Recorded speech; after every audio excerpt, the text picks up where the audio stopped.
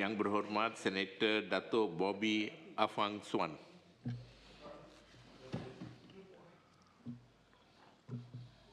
Dato' Yang Dipertua, saya juga seperti rakan-rakan yang terlebih dahulu berbahas di Dewan Yang Mulia ini ingin merafak sembah menjunjung kasih Tita Kebawah Duli Yang Maha Mulia Seri Paduka Baginda Yang Pertuan Agong sewaktu Majlis Istiadat Pembukaan Mesyuarat Panggal Pertama keempat Parlimen ke-15 pada 3 hari bulan Februari lepas, dan dengan segala hormat dan takzimnya saya mengucapkan setinggi-tinggi terima kasih kepada Dato' Yang Dipertua kerana memberikan ruang dan peluang kepada saya untuk berbahas dalam sesi perbahasan Tita Diraja pada kali ini.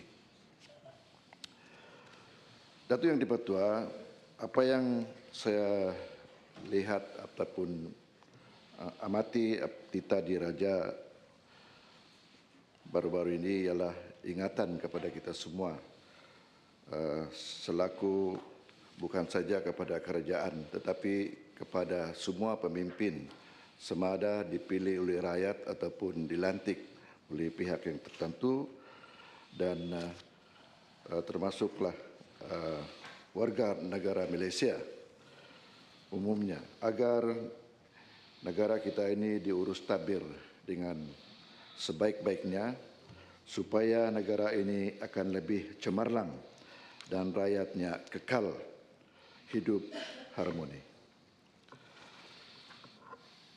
Sebagai anak jati Sabah, saya juga ingin mengambil kesempatan ini untuk menzahirkan setinggi-tinggi ucapan penghargaan ke atas Tita Diraja yang memfokuskan pembinaan identiti nasional hendaklah terus menjadi agenda utama negara kita. Konsep persekutuan yang menjadi asas penubuhan Malaysia dan teras pentadbiran negara hendaklah dihormati oleh semua pihak. Malaysia akan terus kukuh atas semangat kerjasama erat antara kerajaan Madani, wilayah Sabah dan Sarawak. Setiap tindakan dan keputusan yang berkaitan mestilah dibincang secara sepakat demi masa depan rakyat dan negara ini. Sehubungan itu adalah diharapkan kerajaan Madani bersama dengan wilayah Sabah dan Sarawak akan terus bekerjasama mengembalikan hak-hak autonomi Sabah dan Sarawak dengan kadar segera tanpa kompromi agar Perjanjian Malaysia 1963 ataupun lebih dikenali sebagai MA 63 yang telah dimeterai ini dapat dimanfaatkan oleh semua pihak berkepentingan dalam memenuhi hasrat dan aspirasi demi kemakmuran bersama selaras dengan hasrat dan aspirasi Kebawah Duli tuanku. Lebih-lebih lagi kini MA 63 telah pun menjadi sebahagian daripada perlembagaan negara kita yang setiap warga negara mesti menghormatinya, seperti yang tercipta dalam prinsip rukun negara ketiga, iaitu keluhuran perlembagaan. Dato' Yang Dipertua, saya tidak berhajat untuk memperincikan lagi MA 63 ini oleh kerana rakan-rakan sama ada di Dewan ini ataupun di Dewan Rakyat telah berkali-kali juga membawa perkara ini, dan sekarang ini masanya untuk kita untuk melaksanakan seperti yang saya katakan pada masa-masa yang lalu.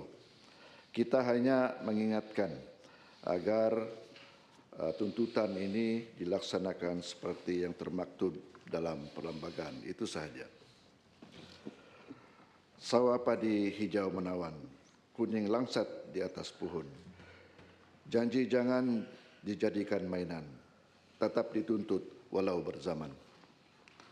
Dato' Yang Dipertua, saya amat menyokong seranan Tita Diraja supaya kerajaan Madani memainkan peranan penting dalam menjayakan kempen melawat Malaysia tahun 2026. yang bakal menjadi platform utama menonjolkan keunikan, keindahan serta nilai-nilai budaya dan warisan negara kita di atas pentas dunia, di samping membuka peluang ekonomi dan mengukuhkan imej negara. Tidak ada pelancong yang akan berkunjung sekiranya negara kita berada dalam keadaan yang kucar-kacir ataupun yang kotor dan kadar jenayah adalah tinggi walaupun negara kita memiliki kekayaan sumber alam semula jadi yang berpotensi menarik pelancong. Oleh itu, pentadbiran yang cekap serta penguatkuasaan undang-undang yang ketat perlu dilaksanakan bagi memastikan kelestarian alam sekitar terpelihara.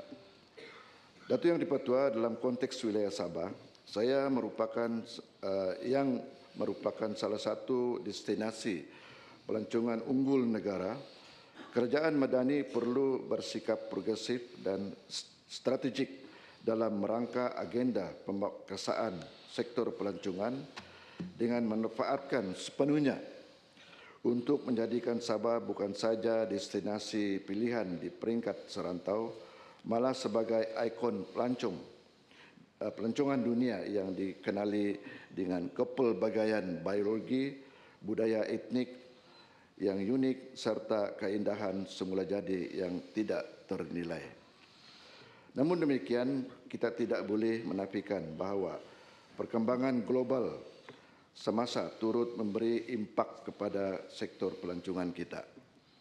Merujuk kepada laporan daripada Asia News Network, Taiwan telah menyenaraikan beberapa negara ASEAN termasuk Thailand, Vietnam, Myanmar, Cambodia dan Laos sebagai destinasi berisiko tinggi atas faktor keselamatan dan kesihatan.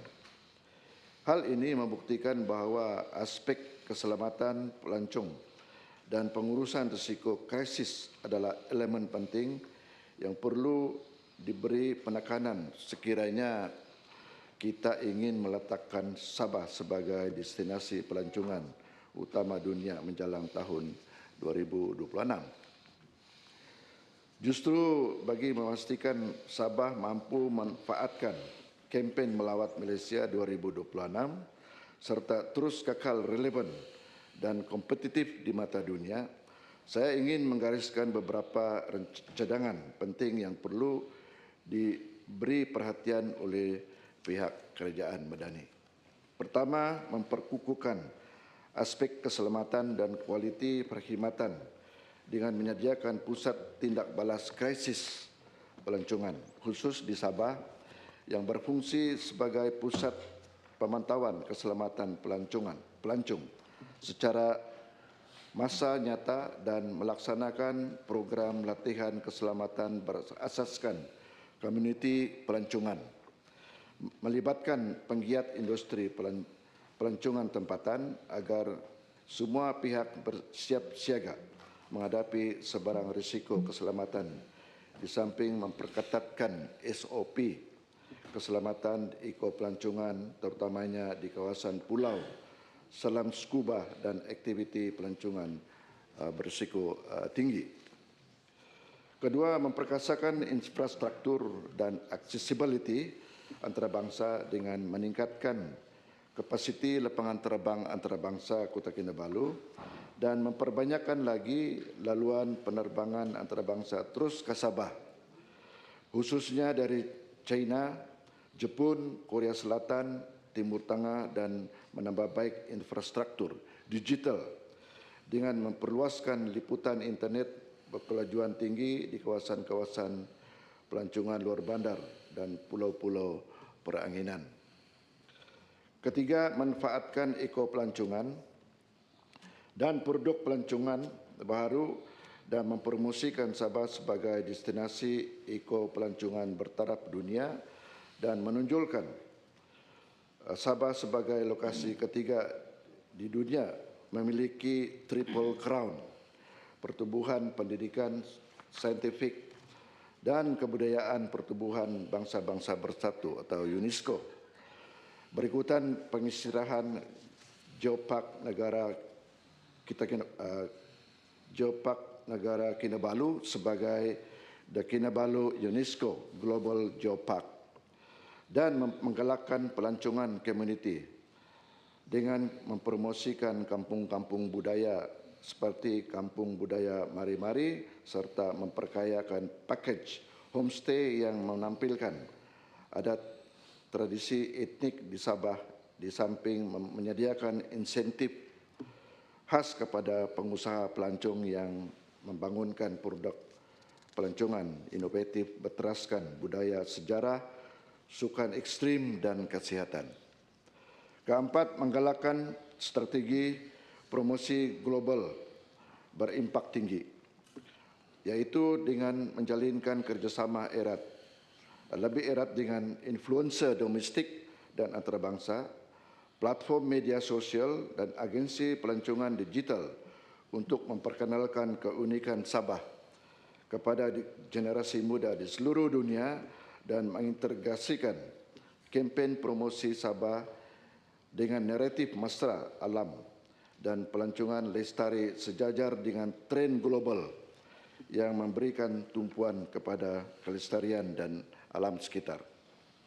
Dan yang akhir, memperkasakan pentadbiran belia, penglibatan belia dan komuniti setempat dengan mewujudkan Akademi Pelancongan Belia Sabah yang melatihkan generasi muda sebagai duta pelancongan, pemandu pelancong berkualiti serta usahawan pelancongan tempatan dan menggalakkan usaha sama komuniti dengan pihak kerajaan serta swasta bagi mewujudkan lebih banyak produk pelancongan berbentuk pengalaman autentik yang mampu menarik pelancong dalam tempoh jangka masa panjang.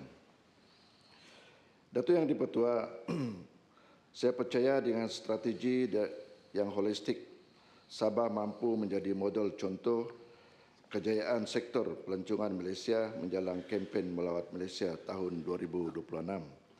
Ini bukan saja berupaya menjana pendapatan ekonomi wilayah dan negara secara mampan, malah turut mengukuhkan imej Malaysia sebagai destinasi pelancongan yang selamat, mesra, unik, berkualiti tinggi di persada dunia.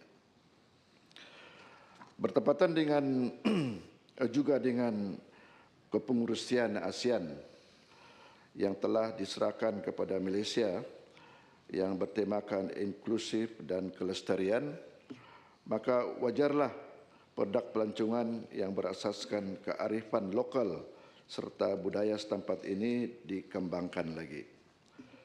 Jadi selain daripada menambah jumlah geran pembangunan dan program pelancongan serta memudahkan proses permohonan bagi para pengusaha di Sabah, kita turut mencadangkan perlunya sinergi yang erat antara MOTEK Persekutuan dengan MOTEK Negeri Sabah, libatkan lebih banyak peranan koordinator agensi pelancongan Sabah seperti Sabah Tourism Board dan sentiasalah mengemasakinikan program tarikan pelancong di laman sesawang MOTEK dan Tahun Melawat Malaysia 2026 untuk memudahkan pelancong merancang perjalanan ke Malaysia, khususnya Sabah dan Sarawak.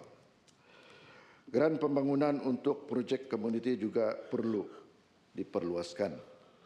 Kita ada banyak tempat menarik seperti pantai dan air terjun yang masih darah, gua, bukit, sungai yang boleh diusahakan oleh penduduk kampung. Jika ini dapat diperluaskan, bukan saja kita boleh membangunkan industri pelancongan tetapi turut membantu ekonomi hiliran yang melibatkan rakyat di pedalaman. Jika tahun lepas Sabah berjaya mencatatkan 3.14 juta kunjungan, kita harus membantu agar tahun ini dan tahun hadapan ia akan meningkat berlipat kali ganda. Datuk Yang di-Pertua, Tita Sri Paduka Baginda amat jelas menzahirkan harapan supaya kemakmuran ekonomi negara benar-benar dapat dirasakan oleh seluruh rakyat. khususnya golongan yang memerlukan agar tiada seorang pun yang tercicir daripada arus pembangunan negara. Sehubungan itu saya ingin mengangkat satu isu penting yang melibatkan mekanisme penyampaian bantuan kerajaan khususnya di wilayah Sabah, yaitu berkaitan sistem pendaftaran dan penapisan EKC. Sebagaimana yang telah saya nyatakan sebelum ini, ramai rakyat Sabah yang benar-benar daif dan layak menerima bantuan kerajaan akhirnya terpinggir kerana kegagalan untuk didaftarkan dalam sistem EKC ini. Situasi ini bukan saja menyedihkan, malah bertentangan dengan semangat Malaysia Madani. Datuk Yang di-Pertua, pejabat parlimen adalah platform terdekat antara rakyat dengan kerajaan. Jadi wakil-wakil rakyat dan pegawai di pejabat parlimen menerima aduan terus daripada rakyat, melihat realiti kehidupan mereka dan memahami latar belakang sosioekonomi penduduk setempat. Oleh itu, pejabat parlimen wajar diberi peranan langsung dalam menyokong dan membantu proses pendaftaran EKC ini, khususnya bagi mereka yang berada di kawasan pedalaman Sabah yang sukar diakses oleh petugas ataupun agensi pusat. Seiring dengan titah Seri Paduka Baginda yang menekankan ketulusan pentadbiran dan pengurangan kerenah birokrasi, penglibatan pejabat parlimen juga akan memastikan data yang dikemukakan lebih tulus dan berintegriti. Pejabat parlimen yang berfungsi sebagai mata dan telinga rakyat boleh menjadi rujukan sah bagi menilai kelayakan pemohon, seterusnya mengurangkan risiko salah laku seperti pilih kasih atau penafian hak rakyat yang sepatutnya layak menerima segala bantuan. Datuk Yang di-Pertua, kita tidak mahu ada kes di mana rakyat miskin tegar yang benar-benar layak dinafikan hak mereka semata-mata kerana kelemahan proses penapisan yang bersandarkan sistem rigid dan tidak mengambil kira realiti sebenarnya di lapangan.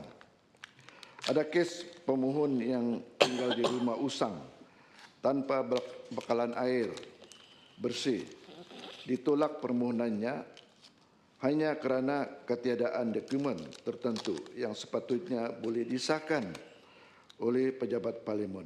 Ini amat menyedihkan dan tidak selari dengan sifat keprihatinan kerajaan Madani seperti yang dihasratkan oleh Tita Diraja.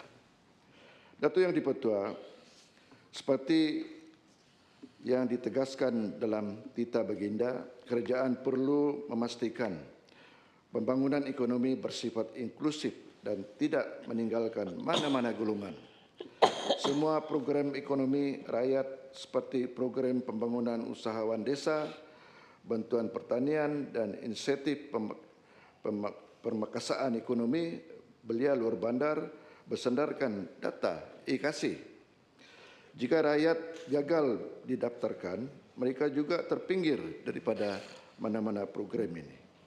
Penglibatan pejabat parlimen mesti setiap individu yang layak tersenarai dan berpeluang menikmati segala manfaat yang tersebut.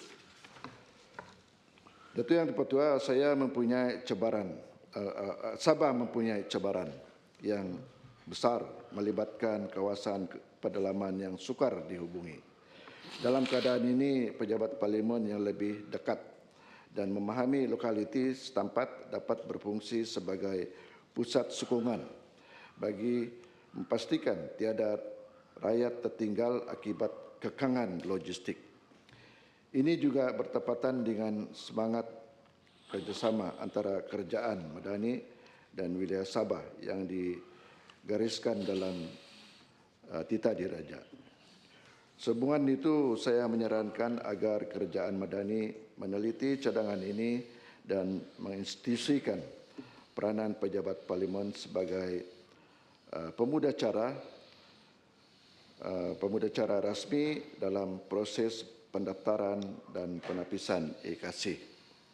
Saya juga yakin langkah ini bukan saja meningkatkan kecekapan penyampaian bantuan, malah memperkukuhkan peranan Parlimen sebagai wahana sebenar suara rakyat seperti yang ditekankan dalam titah diraja. Kita mahu Parlimen bukan sekadar platform perbahasan, tetapi menjadi pelindung rakyat, hak rakyat jelata, khususnya di wilayah Sabah dan juga Sarawak.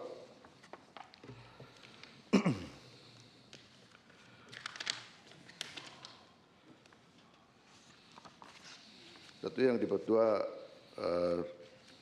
saya ingat itu saja yang saya dapat sampaikan, dan